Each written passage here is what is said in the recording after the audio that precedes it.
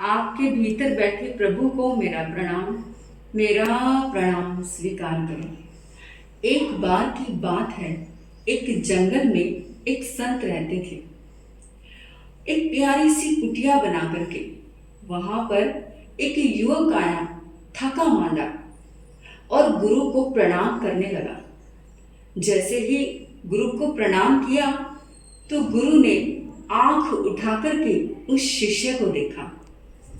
उस युवक को जैसे ही गुरु ने आंख उठा करके देखा तो उस युवक के मन में भाव आया, मुझे गुरु ने देखा, मुझे देखा, मुझे गुरु ने स्वीकार किया, मुझे गुरु ने इतने प्यार से देखा।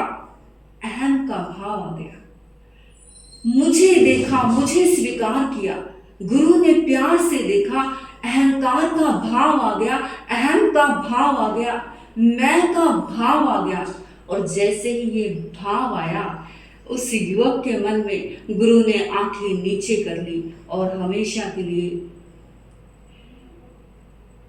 3 साल के लिए आंखें बंद कर ली।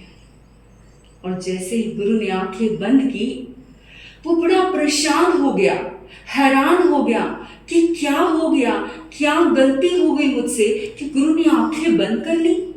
उनके साथ में एक शिष्य था जो बहुत समय से साधना कर रहा था, बड़ा ज्ञानी था, बाहर का नहीं भीतर आत्मा का ज्ञानी था।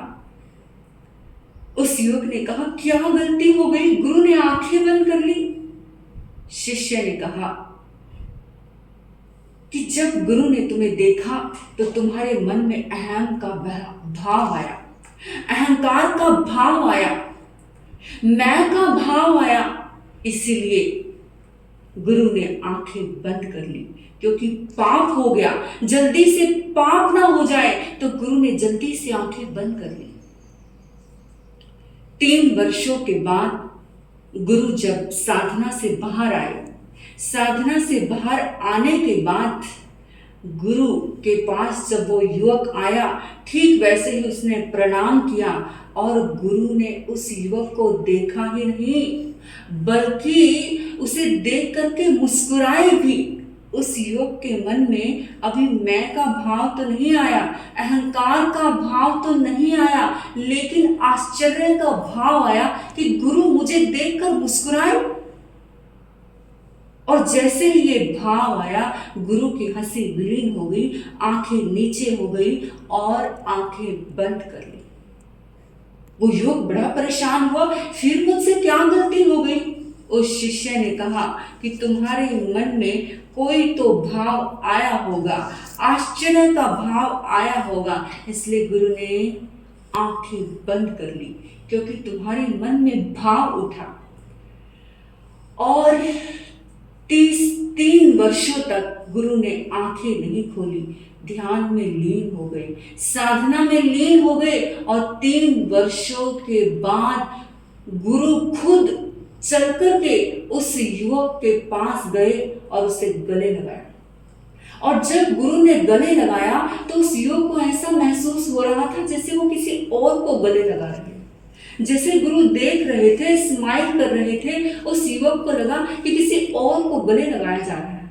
तो गुरु ने कहा कि आज मैं बड़ा प्रसन्न हूँ, आज मैं बड़ा खुश हूँ, आज मेरी साधना पूरी हो गई। तुम्हारे मन में कोई भाव नहीं उठा तो समझ लो तुमने धर्म को समझ लिया, तुमने अहिंसा को समझ लिया, तुमने उस प्रभु महावीर को जान लिया। भगवान महावीर का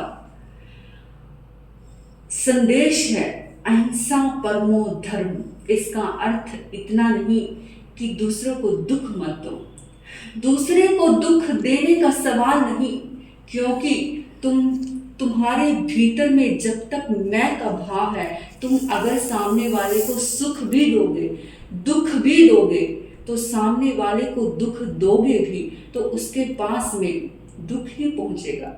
लेकिन अगर तुम्हारे मन में अच्छा भाव होगा, तुम्हारा मैं खत्म होगा, अहंकार खत्म होगा, तो अगर तुम सामने वाले को जो भी लौटाना चाहोगे सेम वैसा ही उसके पास में पॉजिटिव ही पहुंचेगा।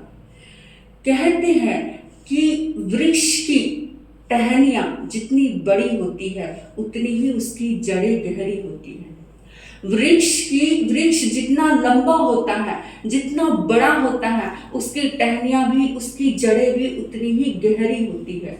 ठीक वैसे ही हम इंसान को जितना ज़्यादा बाहर में दुख देते हैं उतना ही बड़ा हमारे जीवन में दुख आना शुरू हो जाता है।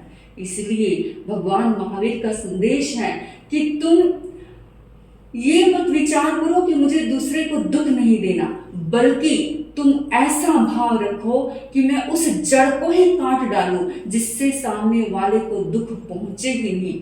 और वो जड़ है मैं, अहंकार, अहम। जब ये तीनों खत्म हो जाते हैं, एक ही बात है, अहम हो या अहंकार हो या मैं हो, अगर ये खत्म हो जाता है तो अपने आप ही हमारे जीवन में वो अहिंसा, महावीर की अहिंसा, धर्म प्रवेश कर जाता है। आपने सुना, धन्यवाद। आपके भीतर बैठे प्रभु को प्रणाम करती हूँ। मेरा प्रणाम स्वीकार करें।